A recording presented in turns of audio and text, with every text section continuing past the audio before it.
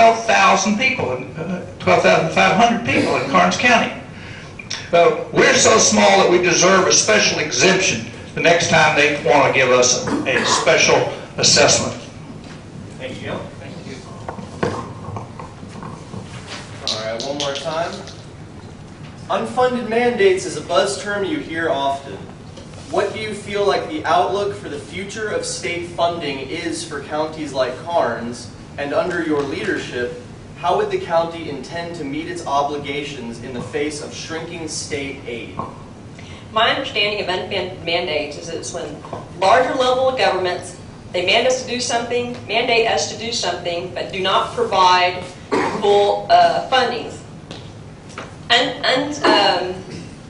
Unfunded mandates kind of started with stuff like the Americans with Disabilities Act. It's people getting hospital medical help and stuff like necessities, and that we had to have those, but then they weren't fully funded. Another example of an unfunded mandate can come in the terms and the buzzwords of grants.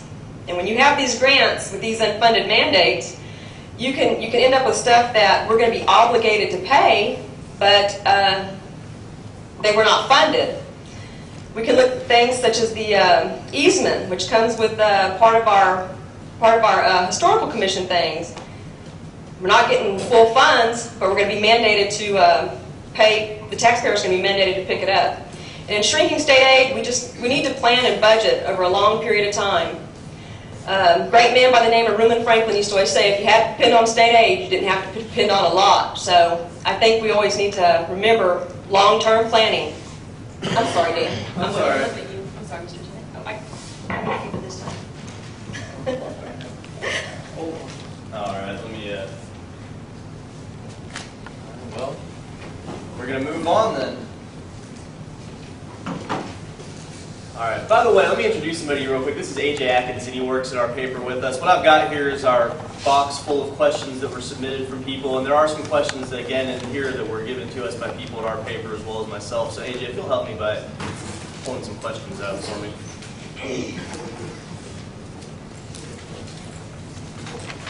All right.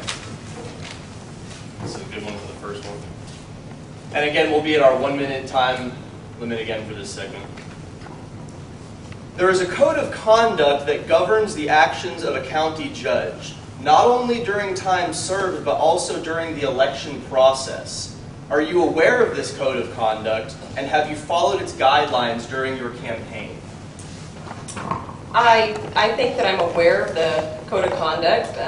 Yes, I'm sure I followed its guidelines throughout my campaign. The little letters, if you don't, kind of remind you what's going on. But the code of conduct, when you're looking at things like that, and you're looking at following ethics, and you're looking at following this, and you're looking at following the guidelines of what you're supposed to be doing, that code of conduct, the county judge, really just says that you're not supposed to be out there putting things out there that are non-factual, that are untruth. You're not supposed to go against the canons. You're supposed to follow statutory requirements. It's about putting out the truth. It's about following the ethical guidelines. It's about following honesty and value and morality and simple things like that. Which sign did you put up? Am I done? That was the 15 seconds. I'm sorry, well, you can have your 15 seconds back. Okay, well, thank you. All right, Mr. Tennant, I'll go ahead and read that again for you here. Please don't. Okay. Fair enough. One of the great things about American democracy, and it percolates all the way down to where we are tonight, if somebody's doing something wrong, you will hear about it. There's a wiseacre somewhere who will bring out the book like I've just done, look up the citation and say, aha, you can't do this, that, or the other. I'd like to congratulate Ms. Shaw and her committee, Mr. Busselman and her husband and the other hard workers for their, what I would call a flawlessly honest and straightforward campaign. And I haven't heard a single criticism the other way.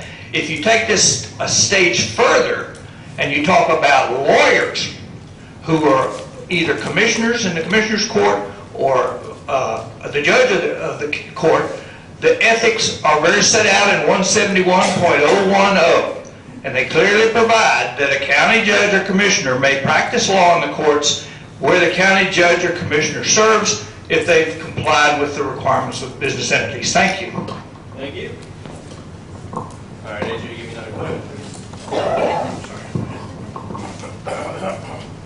All right.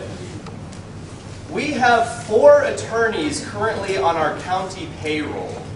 If you become county judge, would you implement plans to reduce the amount of money we are paying out for legal fees?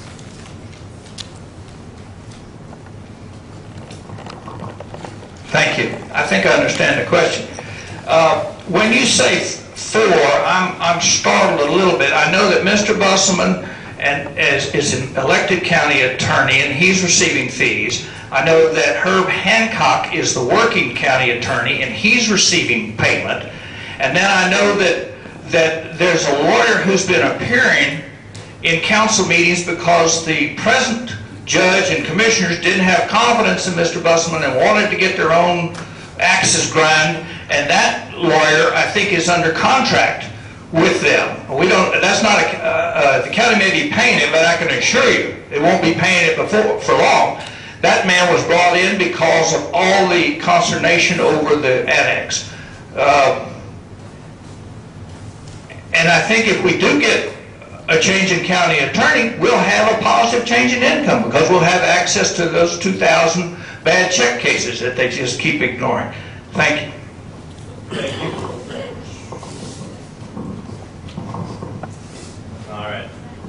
We have 4 attorneys currently on our county payroll. If you become county judge, would you implement plans to reduce the amount of money we are paying out for legal fees?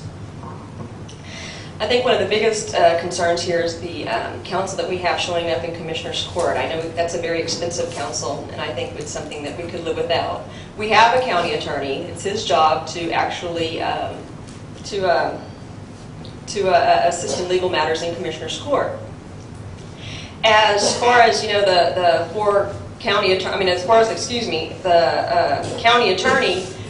If you don't like what he does, vote him out. You voted him in. It's you, the voters, that put him in office. So it's not me that's going to take him out, it's you that's going to take him out. But until then, he is a voter, so vote for me, Bob. Don't let him sway you. I do know that of Mr. Hancock's salary, and I don't know if he's on payroll, I don't know what the technical term for this is, he gets half of Bob's salary. They split it. They're 3 months on, 3 months off. Why they do that, I don't know. I don't care. That's his business. But if you don't like it, you voted him, you vote him out. You, the voters, would tell your elected officials what to do. Thank you, Barbara. All right, Andrew, that push. Oh, that's right. All right. How many hours in a given week do you plan on devoting to duties related to the role as county judge? How much time do you plan on devoting to one-on-one interaction with your constituents? The minimum answer would be 40. When it comes to constituents, I think that we need to have a lot of interaction with the county. I'm a very approachable person. I like feedback. I like to know what you're thinking. And it's not something I'm going to find out by closing my door and not opening it. I need you to tell me what you want. You're the citizens of this county. And you're the ones that elect the people in. This is your money. This is your county. This is your budget. So like I said, a minimum of 40, but things happen, especially with the county judge that go bump in the night. We do MHMR commitments. County judges do MHMR commitments and stuff like that. Former county judges that know me know that I've been willing to pick that phone up at night and say it's time. Life happens in real time. It doesn't happen 8 to 5 Monday through Friday. But I'm willing to give you that 8 to 5 Monday through Friday. The rest of it, I will be there. I'll be there for what's ever needed. We need to take care of the members and the citizens of our county, and we have to do it in real time. Thank you, Barbara. Gail, do you need a repeat? No, thank you. I think 40 hours a week is easy to pledge, and I wouldn't do half of that, wouldn't do less than that, wouldn't do 3 times that much. I'd do whatever is necessary. And that may be twice that much, because I can tell you that at the get-go, straightening out the roads and creating a plan with this one truck that we have now, it's going to have to become 5 trucks.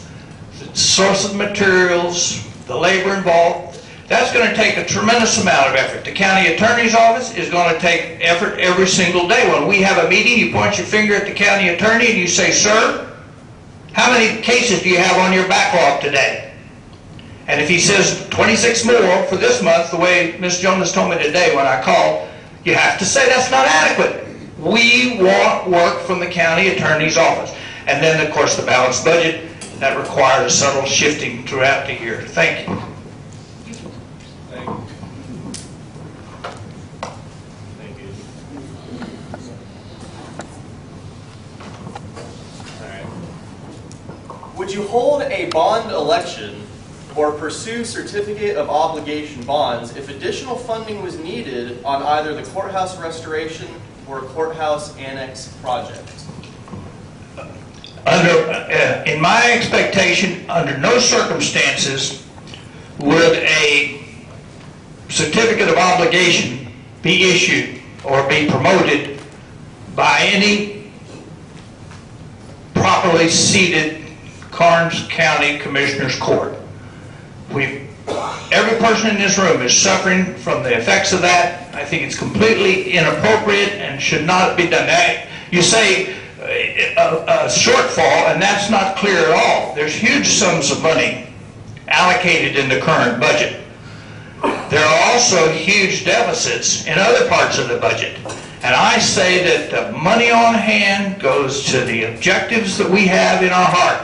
Number 1, roads. Number 2, county attorney's office. Number 3, the balanced budget. Thank you. Thank you.